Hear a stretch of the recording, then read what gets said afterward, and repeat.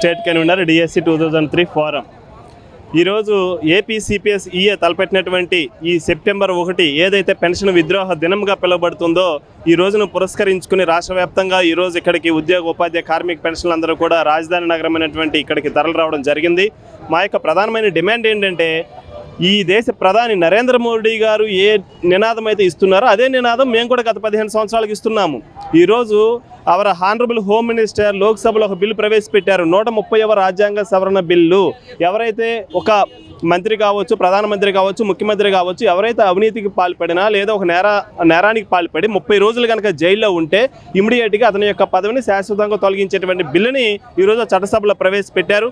దానిని ప్రమోట్ చేస్తూ నరేంద్ర మోడీ గారు ఇప్పుడు ఒక నినాదం ఇస్తున్నారు, 1 నేషన్ 1 రూల్ అంటున్నారు. మేము గత 15 సంవత్సరాలుగా చెప్తున్నది కూడా అదే సార్, 1 నేషన్ 1 పెన్షన్ రూల్ అమలు చేయమని చెప్తున్నాము. ఈరోజు ఒక ఎమ్మెల్యే కానీ, ఒక మంత్రి కానీ, ఒక ఉపరాష్ట్రపతి ఇటీవల చూసాము. జగదీప్ ధనఖడ్ గారు పదవి విరమణ తర్వాత అతనికి వస్తున్న పెన్షన్ చూసాము. మాజీ ఎమ్మెల్యేగా 42,000, మాజీ ఎంపీగా 31,000, మాజీ ఉపరాష్ట్రపతిగా 2 లక్షల రూపాయల పెన్షన్. ఒకే వ్యక్తి 3 పెన్షన్లు తీసుకుంటున్నాడు. అదేవిధంగా మా ఉద్యోగి ఒక విఆర్ఓ 46,000 జీతంతో రిటైర్ అయినటువంటి విఆర్ఓ ఈరోజు 1,364 రూపాయల పెన్షన్ తీసుకుంటున్నాడు.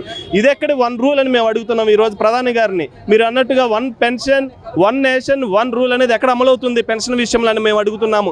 అదేవిధంగా చట్టసభల్లో మీరు సంవత్సరం చేసినా 2 సంవత్సరాలు చేసినా మీకు ఫుల్ పెన్షన్ వస్తుంది. అదేవిధంగా న్యాయం చెప్పేటువంటి న్యాయ దేవత ముందు కూర్చుని న్యాయం చెప్పేటువంటి సుప్రీంకోర్టు, హైకోర్టు జడ్జెస్ కూడా పాత పెన్షన్ ఇస్తున్నారు. బట్ 30-40 సంవత్సరాలు ఉద్యోగం చేసినటువంటి మాకు మాత్రము 100లో 200-300 రూపాయల పెన్షన్ ఇస్తున్నారు. సామాజిక పింఛన్ల కన్నా తక్కువ పెన్షన్ ఇస్తున్నారు. దీని మీద మీరు దృష్టి పెట్టాలని చెప్పేసి మేము అడుగుతున్నాము.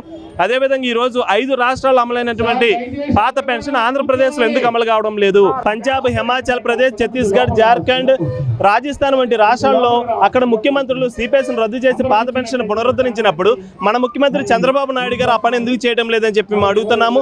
అదేవిధంగా పవన్ కళ్యాణ్ గారు 1 ఇయర్ కంప్లీట్ అయ్యేసరికల్లా మీకు న్యాయం చేస్తానని అన్నారు. 1 ఇయర్ కంప్లీట్ అయిపోయింది కాబట్టి మీరు న్యాయం చేయాలని చెప్పేసి మేము అడుగుతున్నాము.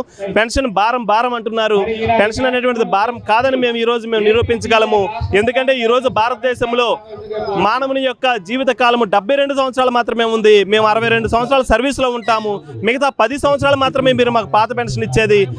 దానికన్నా మీరు 30 సంవత్సరాలు 40 సంవత్సరాలు కొత్త పెన్షన్ విధానంలో చేసేటువంటి కంట్రిబ్యూషనే ఎక్కువగా ఉంటుంది. కాబట్టి ఇమీడియట్గా సిపిఎస్ను రద్దు చేసి ఓపీఎస్ని పునరుద్ధరించాలని చెప్పేసి కోరుతున్నాము.